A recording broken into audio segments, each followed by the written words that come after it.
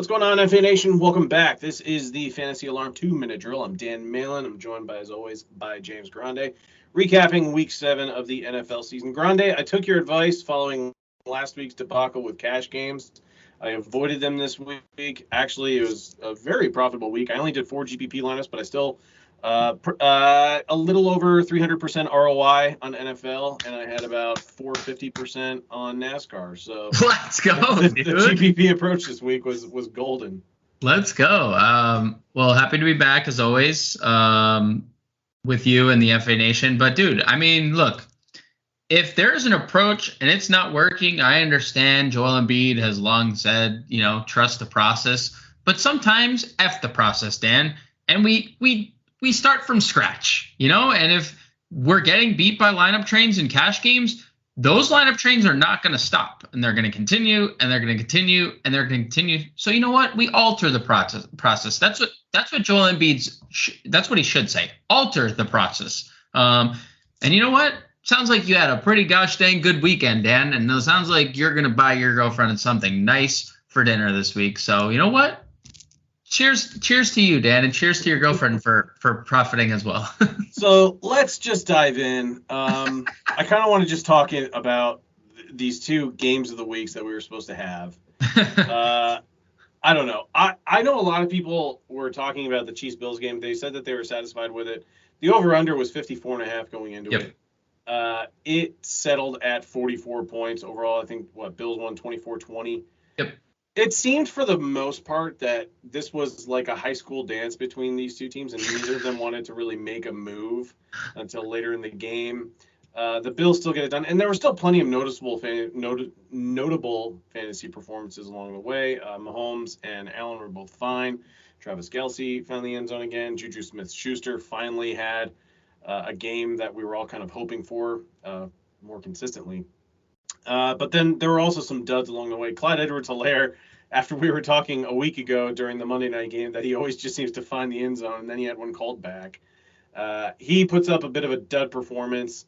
We already touched on Juju, and I'm curious as to what you think he can do rest of the season. But Gabe Davis is kind of a boomer bust play. He finds the end zone once again, but at the same time, if he's going to be this guy that's only getting 5 or 6 targets a game, are you really reliant on the big play? I was listening to a podcast earlier this morning, and they were talking about how overly efficient he is and how he's averaging over 25 yards per catch. But he's only getting about 5 or 6 targets a game. Is that a guy that, can win you some weeks, but he's going to cost you other weeks? I mean, sure. I mean, we've seen this before. It's not like he's going to be the first player to be uber efficient and score a bunch of touchdowns. And kind of be boomer bust. We've seen it throughout.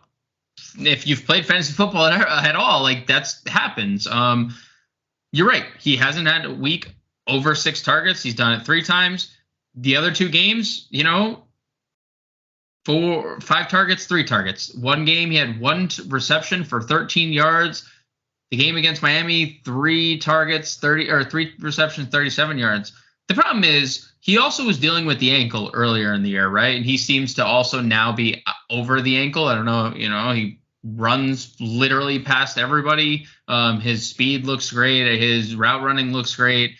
So I think Gabe Davis is going to be a boomer bust play, but the ankle looks good. So maybe we're going to get more boom than bust moving forward. But yeah, I mean, do you kind of just rank him consistently as a top 20 wide receiver the rest of the way?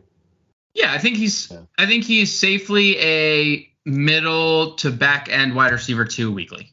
I feel like you can always just find comfort in the fact that he's on probably one of the most explosive offenses in the league. And he has that. It really only takes one big play from him to really make you feel good about starting him each week. So, yeah, I'm kind of with you. He's not going to help you win every week. There will be some disappointing games, I'm sure, because he still has to share the ball and time with Stephon Diggs. I love what I've seen from Isaiah McKenzie. Yep. Except yesterday, yeah. He had a tough game on the fumble, or it was technically a Josh Allen fumble, but like McKenzie dropped it, and it cost them possession. But like ultimately, it's like the question was always like, okay, like people are gone from Buffalo. And it's obviously Stephon Diggs that is the number one target for Josh Allen. But what's number two? And that was like the debate, right? It's like, can Gabe Davis? Half the community loved him, half the community hated him. There was nobody in the middle. Like, there was nobody that was like, yeah, Gabe Davis is fine. It was, I love Gabe Davis, I hate Gabe Davis. He's going to crush his ADP, he's going to fall flat. There was nothing in between.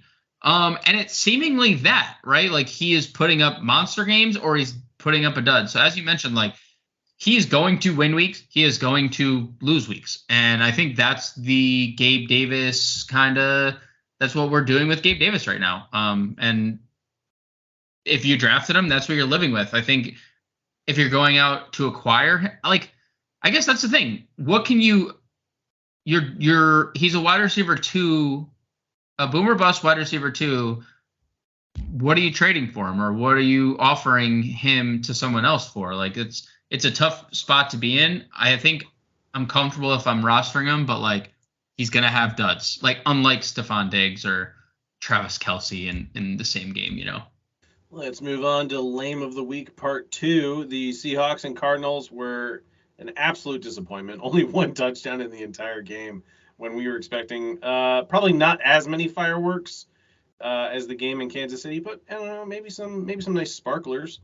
But Kenneth Walker, he's a league winner. We talked about that term last week, but if you got him off waivers or if you were able to acquire him for cheap, you're feeling really good about that. He has zero competition in the Seattle backfield. He had 97 rushing yards yesterday. Found the end zone. Geno Smith came back down to earth, kind of turned into a pumpkin. Only 197 yards passing.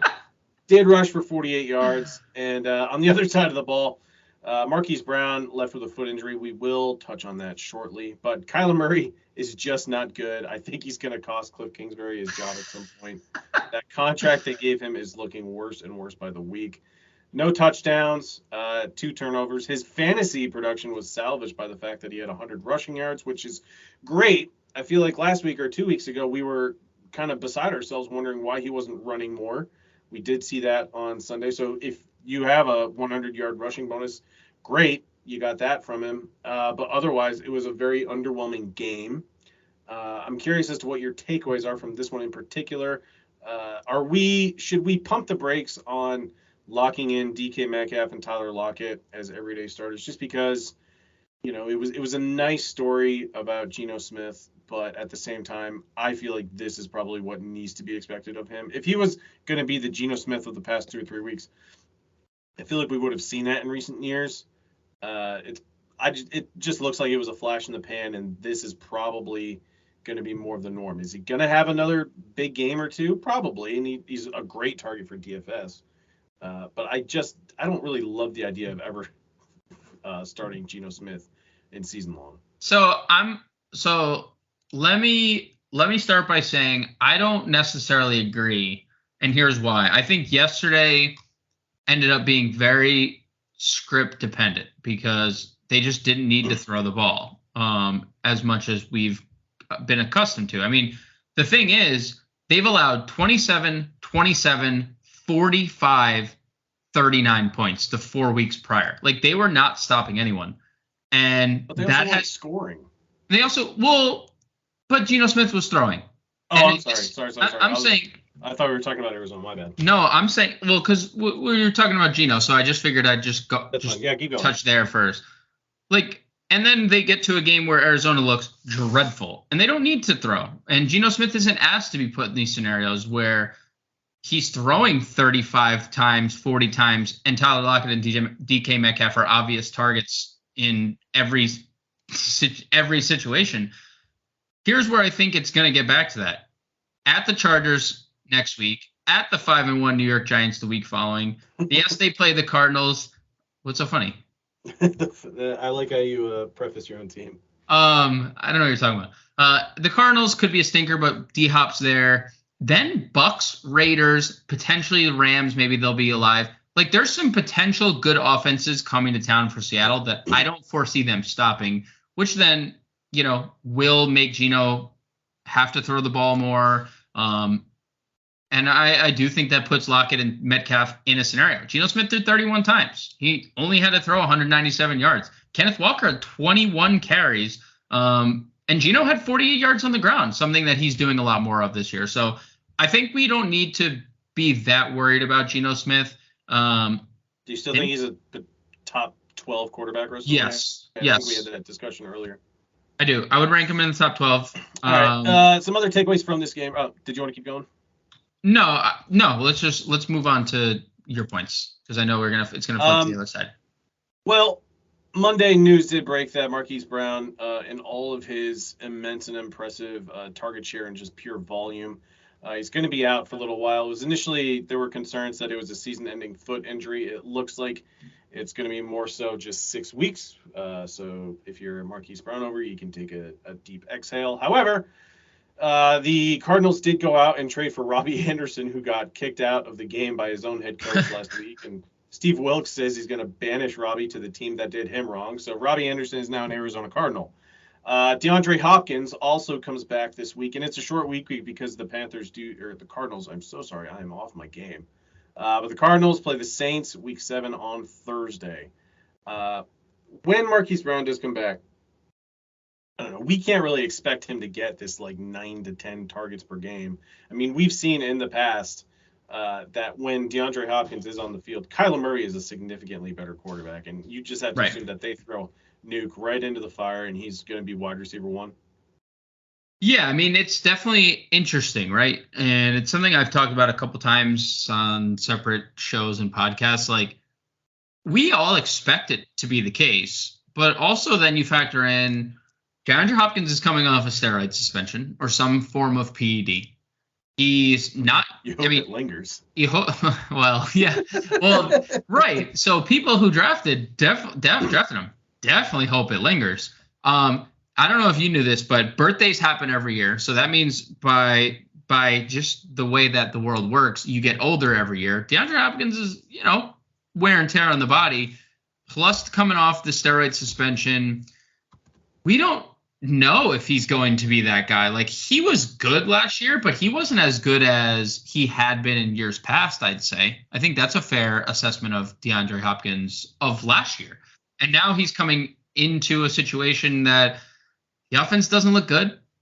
They just lost their number one receiver, who's significantly younger, and even in the bad offense has been productive. And DeAndre Hopkins isn't getting any younger himself. So, like, yes, I think DeAndre Hopkins is the number one, but I think things are going to be super foggy once everyone is back in the fold. If Marquise Brown ultimately does come back, like, you're not rushing him if you're 2-8 or 3-9 or whatever, whenever he decides whenever he's healthy enough. So we'll see when he comes back. I do think Hollywood Brown could coexist as a wide receiver 2, low end wide receiver 2, maybe a high end wide receiver 3. I think having everyone healthy. I mean, Rondale Moore is dead, right? Like, he's dead. Especially with Robbie. Robbie Anderson probably plays opposite of Hopkins while Marquise Brown is out. But once Marquise Brown's back, Robbie Anderson's dead. Because you'll probably have Rondale Moore. I shouldn't say Rondale Moore's dead. He'll probably play most of the slot snaps. But, I mean, it's just to concentrate. Like, there's 5 guys there once everyone's healthy. Plus, Benjamin is a good pass catcher. We don't know what James Conner, he's day to day. So there's a lot going on in Arizona. And I ultimately agree. Kyler Murray and his Call of Duty playing obsession is going to get Cliff Kingsbury fired. But, Dan, let me just rapid fire these at you. Let me just switch it to you. Yeah. Rest of the way, Kyler Murray, top 12 quarterback, yes or no? Probably. Yeah, I'll say yes. Rest of way, DeAndre Hopkins, top 12 receiver, yes or no? No, I think he's probably going to be more fringe. Top 15? Yeah, I'd probably say that. Definitely top 18 is what I feel most comfortable with. But that's still a wide receiver, too. That's a guy that you can play every week. Right. I am a little bit worried because I didn't even know that he was 30. I thought he was 28, to be honest with you. But, yeah, I mean, I completely forgot that he was taken in the 2013 draft. I'm mostly worried, like, potentially rust. Are they going to get him 8 to 10 targets immediately out of the gate? I feel much more comfortable saying he's going to get 5 or 6, which is, the Gabe Davis workload. Right. If he's getting 8 to 10 or, especially the injury to Brown does help. But yeah, I don't know if I want to say top 12 just because it's been such a great year for receivers so far. Right. Right. I do feel good about top 15 though. Top 12 tight end. Let me do this.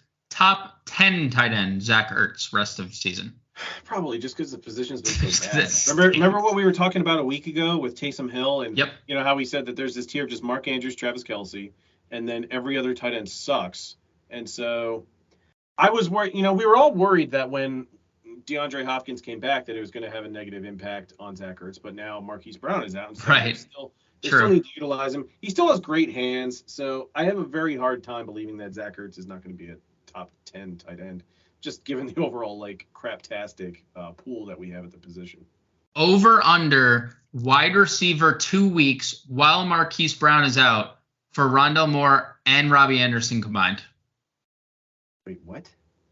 Over under one wide receiver 2 or better week by Rondale Moore or Robbie Anderson while Marquise Brown is out. Because that would, I mean, if you say none, if you say under for both, what's the point? I don't think Robbie Anderson has any value in Arizona. Really, it's a very short, small window. He has to learn a playbook.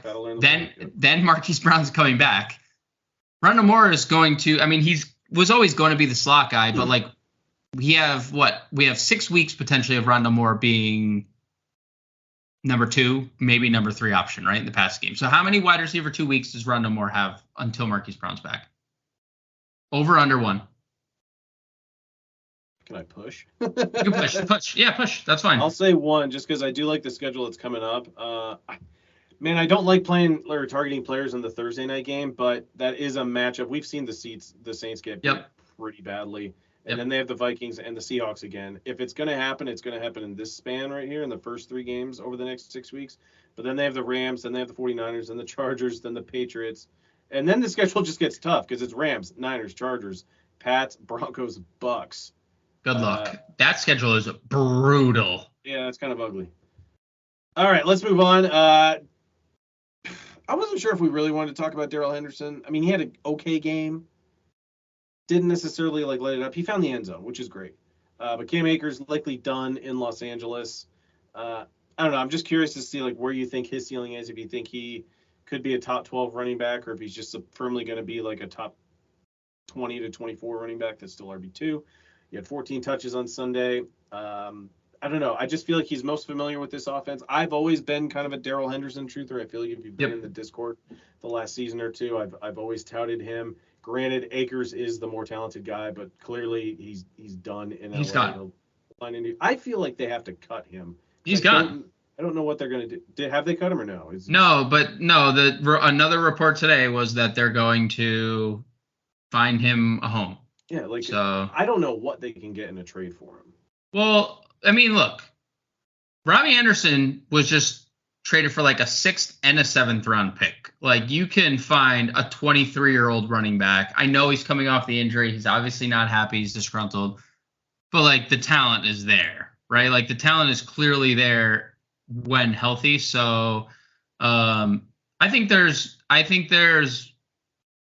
talent there. I think they'll be able to find something, a late round pick. But in terms of Darrell Henderson, I mean, we love the snap share of the 65 offensive plays. He played 46 snaps. He had 13 carries, as you mentioned. He ran 22 routes. Malcolm Brown ran 4 routes. We're scared of Malcolm Brown, right? Like, that was like, but there was talk. I mean, wasn't there? There was literal talk about Malcolm Brown stealing snaps. Like, I'm sorry, that was never going to happen.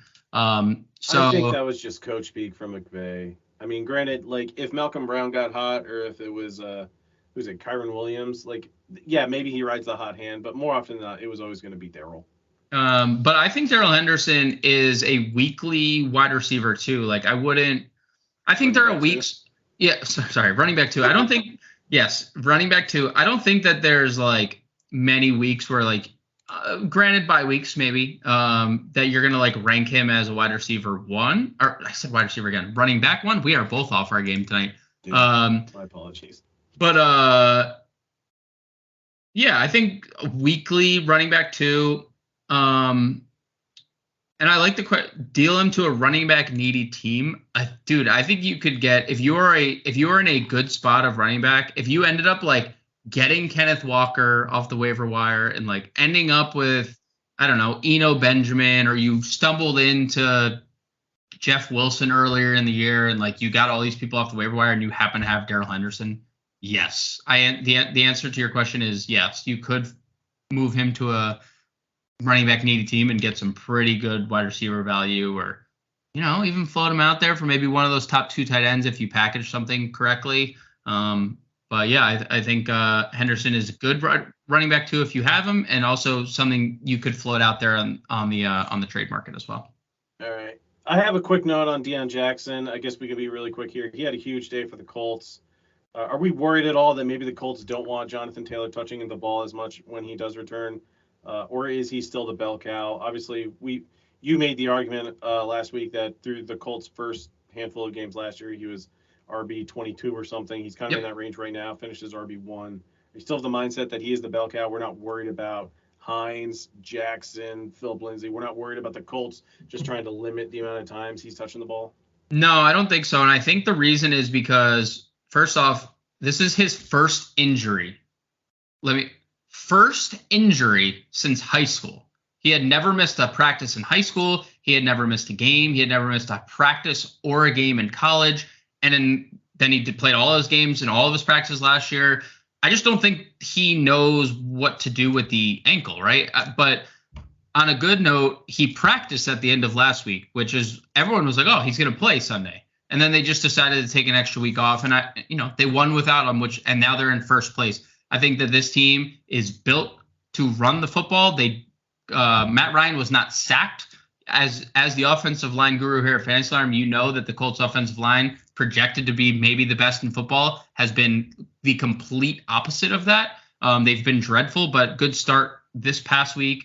Deion Jackson left that game with a quad injury, so he's not exactly healthy. Nyheim Hines is also in the concussion protocol, and Philip Lindsay, I mean, he's been on the practice squad all year until the last 2 games until they've needed him, right? So, no, this is Jonathan Taylor's team. He's going to get 20-plus touches a game when he's back, and I think that's going to happen this week, especially after getting in Thursday, Friday practice. Like, that usually trends toward playing in the same week. So we'll see what happens with Taylor in week 7, but I do suspect he plays, and I think he's going to be the bell cow, 20-plus touches a week when he's back on the field. All right, it is time once again. Victory lap time for me and Grande. The Giants are 5-1. The Patriots look good with Bailey Zappi of all quarterbacks under center. We're riding high.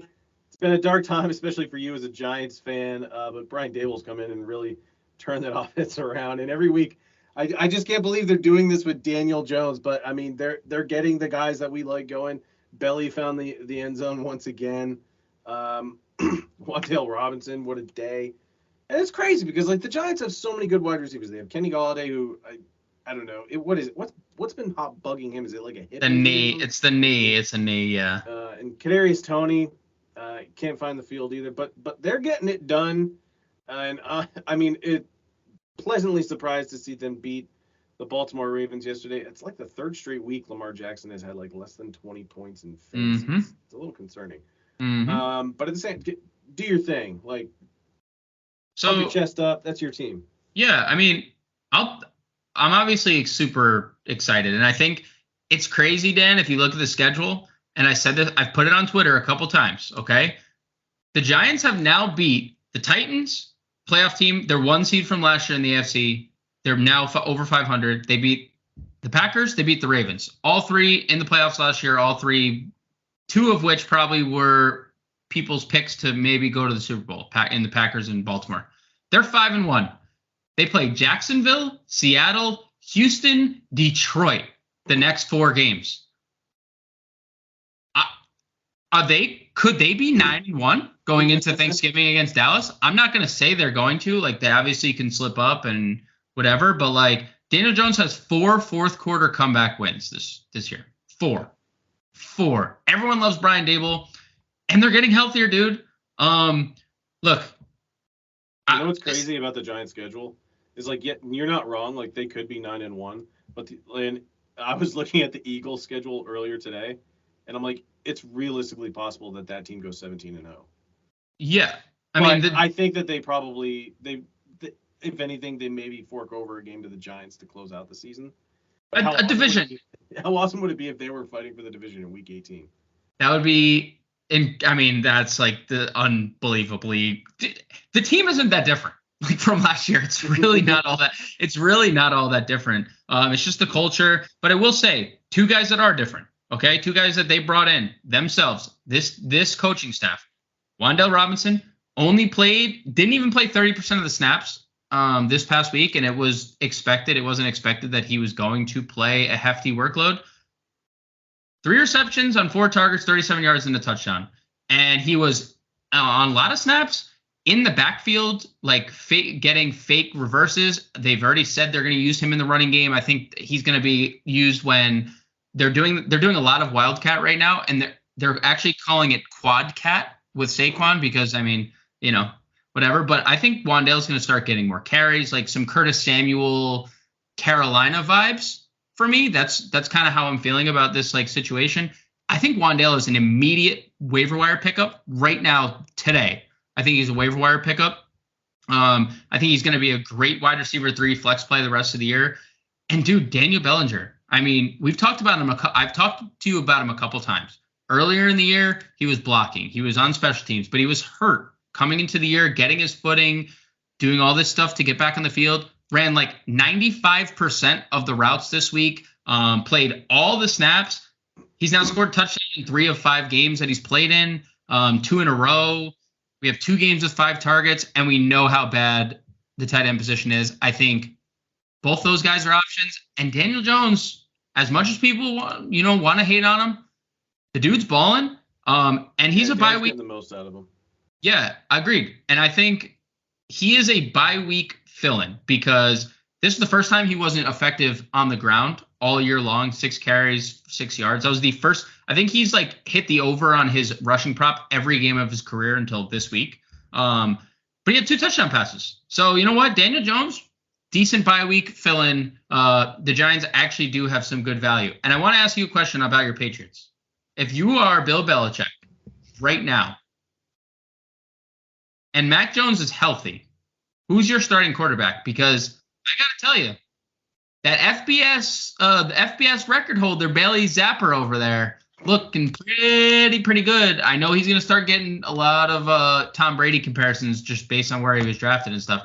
Do you turn the reins over to Bailey Zappi until he gives you a reason not to play him? Not really. Only because I don't really think Bill subscribes to the theory that, a guy is going to lose his job because of injury. Now, granted, that's exactly how. That's exactly how that happened. But at the same time, the Patriots are not deep in a playoff run like they were when Brady took over. And I mean, that was just like a magical season. And even Bledsoe came in during the playoffs and helped them win a game when Brady had to leave the game due to injury. But Mac Jones is a former first-round pick. The team went to the playoffs last year. This has been a nice, very small sample size from Zappi. But I think that when Mac Jones is ready and healthy, it will be his team once again. Now, if he struggles and the Pats go back to, losing, I mean, they're 3-3 right now. They're not blowing teams out of the water except the Browns. But if they struggle, obviously they can make a change if they think that they have a legitimate shot at making the playoffs and they think Bailey Zappi gives them a better chance. It's been fun. I've enjoyed what I've seen so far. But I'm not going to get overly excited, but it's still Mac Jones's team. Okay. And then follow-up question, because I'm interested on when Damian Harris does return. Should Ramondre just be the 1A, or is it? Do you think there's a chance? Because he has looked so good in basically every opportunity he's had this year. He has shined. Should he and will he be the 1A when Damian Harris returns? Because it's not going to be. I mean, if the guy worked out before the game, it doesn't seem like this is going to be an extended injury like it was first reported. Well, what's your opinion on Ramondre and Harris there?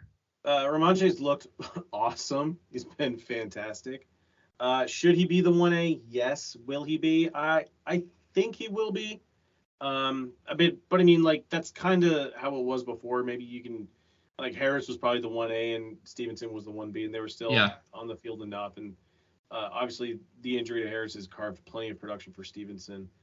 You know, he's got the hot hand. Like, why would you take the ball out of his hands when he's running this Right. well?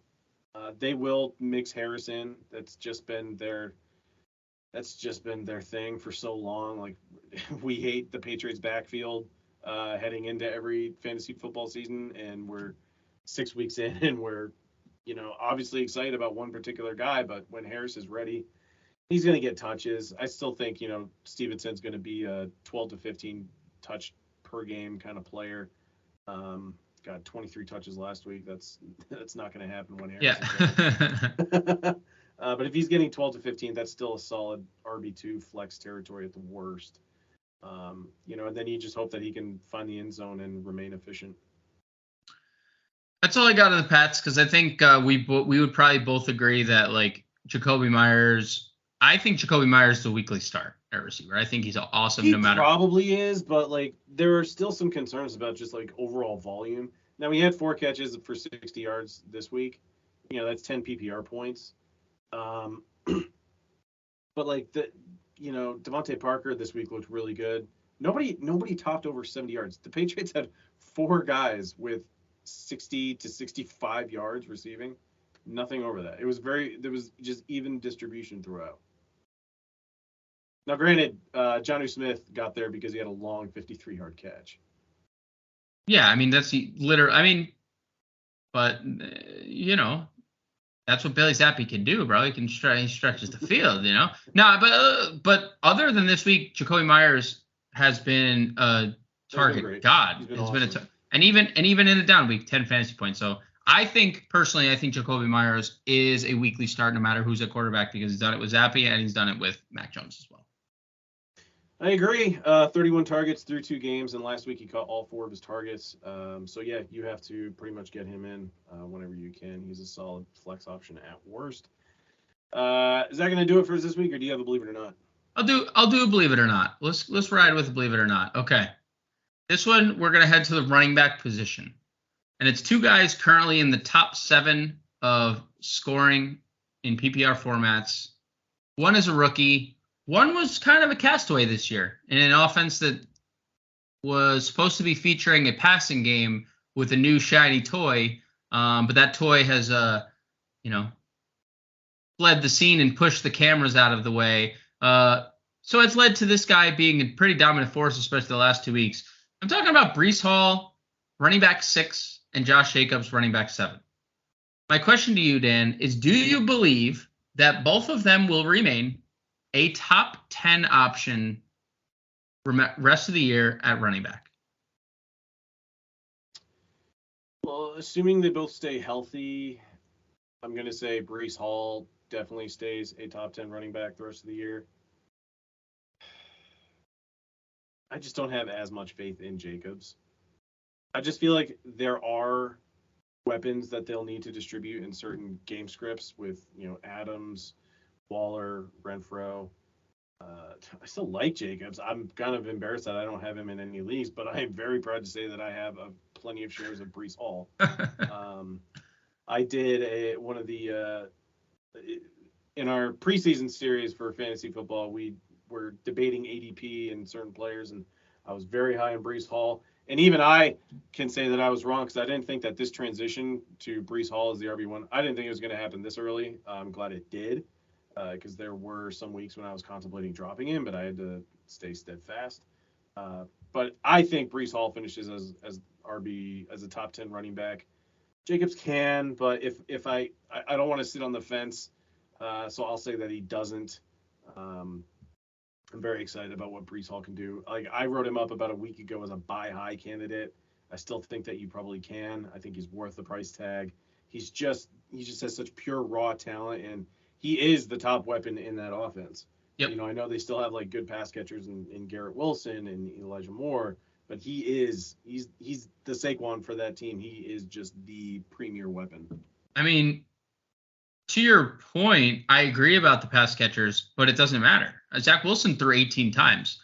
This offense has flipped on its head.